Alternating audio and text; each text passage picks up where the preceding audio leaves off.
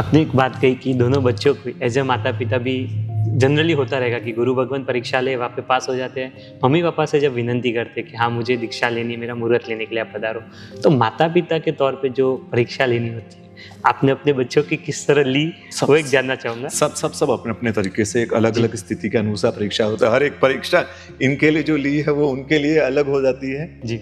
एक मुझे महाराष्ट्र की एक बहन की परीक्षा की बात आती है। उनकी माँ ने 3 महीने तक कंटिन्यू नमक नहीं डाला है खाने में,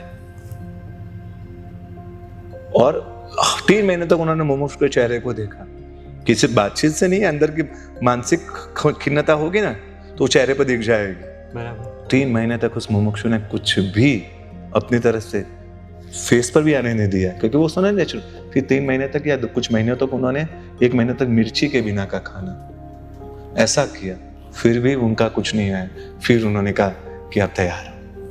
हमारे बच्चे अलग थे जी। तो हमारी परीक्षाओं का ढंग भी अलग था उस पर चर्चा है। मतलब हम बहुत अलग तरीके से जानबूझकर उनको ऐसा माहौल देते थे कि अब इस अवस्था में वो किस तरह का रिएक्शन देते हैं जी। उनका गुस्सा बाहर आ रहा है तो कषाय बाहर आ रहे हैं तो उनको रोकने जैसा है, ऐसा महीने भर तक उनका कहा, जानबूझकर उनको कहा नहीं कल जाएंगे महात्मा के पास, अभी बातचीत करने के लिए, मुहूर्त निकालने के लिए बाद में जाएंगे। तो उनका वैराग्य कितना तीव्र है, हफ्ते भर के बाद जाएंगे। तो उनका आजीजी, उनका तड़पन वो वास्तविक तड़पन है या महात्मा तक पास थे तब तक तड़पन थी।